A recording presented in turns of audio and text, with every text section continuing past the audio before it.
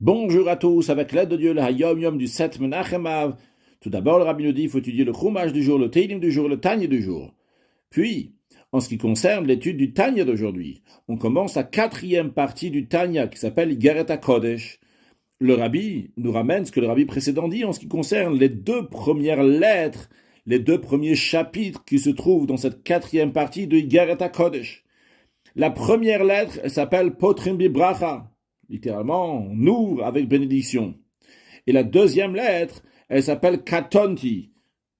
Cette deuxième lettre, le Admour Azaken, Rabbi Shneur Zalman, fondateur de la Chassidut Chabad, l'a écrit lorsqu'il est revenu de Pétersbourg, c'est-à-dire lorsqu'il a été emprisonné par les adversaires de la Chassidut, qui ont dit des mensonges au gouvernement.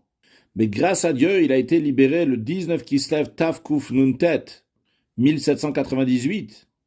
Et là-bas, l'Admour Azaken explique comment il faut être petit, comment il faut être humble. Même lorsque Dieu il fait des grands miracles, il dit aux chassidim donc de ne pas se montrer devant les adversaires et leur dire que voilà, on a gagné, etc.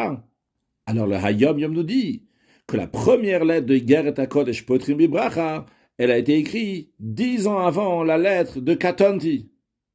10 ans avant la deuxième lettre de Igeret HaKodesh, le chapitre 2. En autre mot, le chapitre 1 a été écrit en Taf Kouf même tête.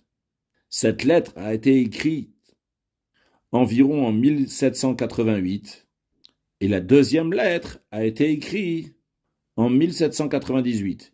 L'idée qui est à sortir de ce Hayom Yom, qu'il y a deux étapes dans le dévoilement de la Chassidut Chabad, une qui s'exprime dans la Igeret HaKodesh Potrim Bibracha, donc la première lettre, le premier chapitre de Igeret HaKodesh, et après il y a une deuxième étape qui est encore plus profonde, le dévoilement de la Chassidut, qui est lié avec après la sortie du Admour Azaken de prison tsariste.